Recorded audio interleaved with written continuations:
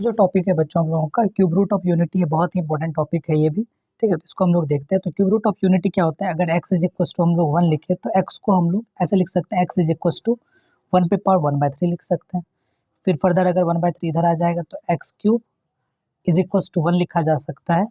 तो x cube minus 1 is equal to क्या आ गया? 0। तो आपको फॉर्मूला याद होगा, एक a cube minus b cube का फॉर्मूला होता है a minus b into a square plus b square plus a b. Solve करते हैं इसको, तो x cube x minus 1 into x square plus 1 plus x is equal to क्या आ गया? 0। तो अगर आप x minus 1 is equal to 0 कर रहे हो तो एक्स का वैल्यू कितना आ रहा है? 1। उसी टाइप से अगर आप x square plus x plus 1 is equal to 0 कर रहे हो तो वैल्यू कितना आ जाएगा? आपको पता होगा क्वाड्रेटिक फार्मूला से, एक्स इज इक्वल टू होता है minus b plus minus root under b square minus 4ac by 2a। तो ये फॉर्मूला पुट करते हैं यहाँ पे, तो x is equal to -1, b का वैल्यू -1 है, plus minus root under b square यानी 1 का स्क्वायर माइनस 4 इंटू ए का वैल्यू कितना आ गया? 1, सी का वैल्यू कितना आया? 1 बाय 2 इंटू 1। तो कितना आ जाएगा? -1 plus minus root under -3 by 2। तो जो x का एक तो वैल्यू 1 आके बैठा हुआ है, फिर x का जो वैल्यू आ रहा है -1 और माइनस रूट 3 को क्या लिखेंगे? प्लस माइनस रूट 3 इंटू आई बाय 2। फिर इसको क्या लिखेगा? -1 माइनस रूट 3i बाय 2, फिर -1 प्लस रूट 3i बाय 2। तो यहाँ पे जो बच्चों ये 1 है, फिर यहाँ -1 माइनस रूट 3i बाय 2, ठीक है, फिर comma 1 plus root 3i bye 2। ये तीनों जो है, ये तीनों को ये बोला जाता है क्यूब रूट्स ऑफ यूनिटी। ये तीनों को बोलते हैं हम लोग क्यूब रूट्स ऑफ यूनिटी। इसके बारे में और डिस्क्रिप्शन करते हैं हम लोग, है ना। तो क्यूब रूट ऑफ यूनिटी क्या है? 1, फिर आगे -1 माइनस रूट 3i बाय 2, फिर 1 -1 सॉरी यहाँ -1 प्लस रूट 3i बाय 2। ये आपका क्यूब रूट ऑफ यूनिटी हो जाएगा। ठीक है, तो अब हम लोग एक नया पेज लेते हैं और उसमें और समझेंगे क्या इसके बारे में, क्यूब रूट ऑफ यूनिटी है क्या एक्चुअल में। तो समझिए, पहला बात, कुछ प्रॉपर्टीज है क्यूब रूट ऑफ यूनिटी का, तो वो आपको अपने माइंड में रखना है हमेशा ही। पेज एडजस्ट हो गया। चलिए, तो पहला है properties of cube root of unity. Properties of cube root of unity, तो याद रखना है इसमें। तो अभी हम लोग क्या लिखे थे? 1 था, फिर यहाँ पे -1 प्लस रूट 3i बाय 2, और एक क्या था? -1 माइनस रूट 3i बाय 2। ये तीनों क्यूब रूट ऑफ यूनिटी था।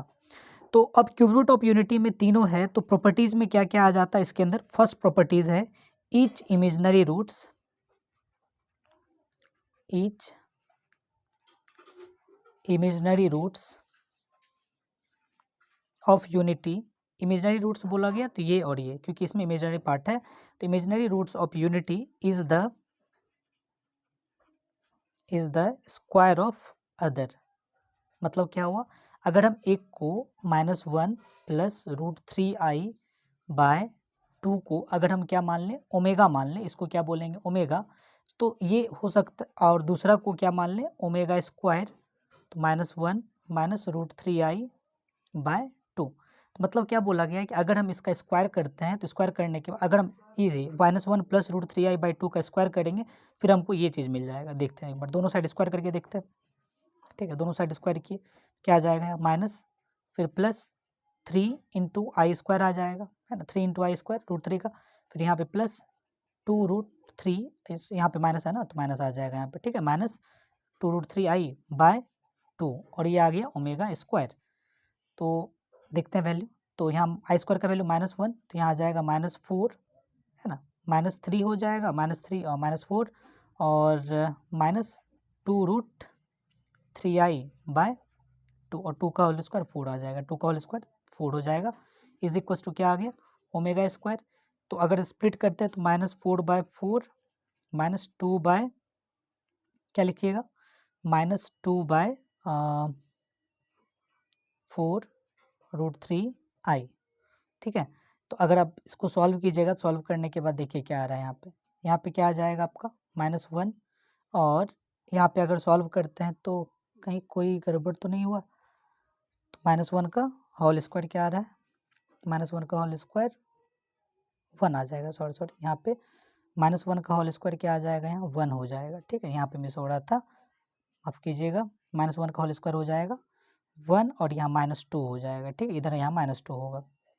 ठीक है, ये दोनों कैंसिल आउट करेंगे तो क्या आ गया 2, और ये 2 2 जा 4, तो -1/2 -1/2 √3i सॉल्व कीजिएगा तो इसी को -1 -√3i/2, मतलब क्या हुआ कि अगर हम पहले जो क्यूब रूट और यूनिटी को एक एज्यूम कर लिया ऐसा डाटा कोई कि पहले जो इसको था इसको क्या मान लिया ओमेगा, अगर दोनों साइड स्क्वायर करते तो हमको अगला वाला मिल जाता है, तो इसको क्या तब बोलना पड़ेगा ओमेगा स्क्वायर, या इसी को आप ओमेगा मान लो, दोनों साइड स्क्वायर करोगे तो जो मिलेगा अगला मिलेगा। ठीक है, तो ये आपका फर्स्ट प्रॉपर्टी था, याद रखना है क्या कि क्यूब रूट ऑफ यूनिटी में जो इमेजिनरी पार्ट वाला होगा वो एक दूसरे के स्क्वायर के इक्वल होता है ना, स्क्वायर एक दूसरे का स्क्वायर होता है, तो इसीलिए एक को अगर ओमेगा मानते हैं तो दूसरे को क्या मानेंगे ओमेगा स्क्वायर। ठीक है, तो एक को अगर ओमेगा मानेंगे तो दूसरे को ओमेगा स्क्वायर मानते हैं। दूसरा बहुत ही इंपॉर्टेंट प्रॉपर्टीज जो कि सवाल बनाने में आपको बहुत ज़्यादा हेल्प करेगा, sum of all 3 cube roots of unity is 0, मतलब क्या हुआ 3 क्यूब रूट था ना, एक था 1 और एक था -1 -√3i/2 और एक था -1 +√3i/2, इसको बोलते थे 1 को तो 1 ही बोलते थे, इसको ओमेगा बोलते थे और इसको ओमेगा स्क्वायर बोलते थे। अगर आप तीनों को ऐड करोगे तो 1 + ओमेगा स्क्वायर करोगे तो इसका वैल्यू कितने के बराबर होता है, हमेशा 0 के बराबर होता है। तो एक बार प्रूव करके देख लेते हैं, 1 -1 -√3i/2, फिर यहाँ -1 +√3i या प्लस है ना /2। ठीक है, तो ये आ गया वैल्यू। सॉल्व करते हैं इसको, देखिए सॉल्व करेंगे तो सब कैल्शियम क्या आ जाएगा 2, यहाँ पे 2 आया, -1 -√3i, फिर यहाँ -1 +√3i हो गया। तो सॉल्व कीजिए, देखिए +√3 खत्म और ये सब एक दूसरे से कैंसिल हो जाएगा, 0/2 कितना आ गया 0 आ गया। तो ये याद रखना है कि sum of all 3 cube root of unity is equal to कितना होगा 0 होगा। अगला प्रॉपर्टीज तीसरा प्रॉपर्टीज है इसके अंदर, ये याद रखना है, बहुत important formula, 1 + omega square is equal to कितना होता है, हमेशा 0 के इक्वल होगा। बहुत इंपॉर्टेंट है जो कि सवाल बनाने में आपको बहुत ज़्यादा ही हेल्प करेगा। क्वेश्चन नंबर 3 है product of imaginary roots of unity is 1, मतलब क्या हुआ इज डेट बोल सकते हैं, अर्थात यहाँ पे आ जाएगा ओमेगा इंटू ओमेगा स्क्वायर ही ना था, इमेजिनरी रूट क्या है जिसमें आई वाला टर्म लगा हुआ है, तो ओमेगा और ओमेगा स्क्वायर इस इक्वल टू कितना आ जाएगा, इसका वैल्यू 1, तो मतलब क्या हुआ ओमेगा क्यूब का वैल्यू जो होगा वह कितना होगा 1। तो एक बार चेक करके देख लेते हैं, यहाँ -1 -√3i/2, फिर इंटू -1 +√3i/2, सॉल्व कीजिएगा तो a - b a + b, तो -1 का होल स्क्वायर -√3i का होल स्क्वायर बाय 4, तो ऊपर सॉल्व करेंगे तो 4/4 आएगा, तो कैंसिल आउट हो गया, कितना आ गया 1, मतलब क्या हो ओमेगा है 3 है, 3 का अगर कोई इंटीग्रल पावर है तो इसका वैल्यू हमेशा कितना आएगा 1 आएगा।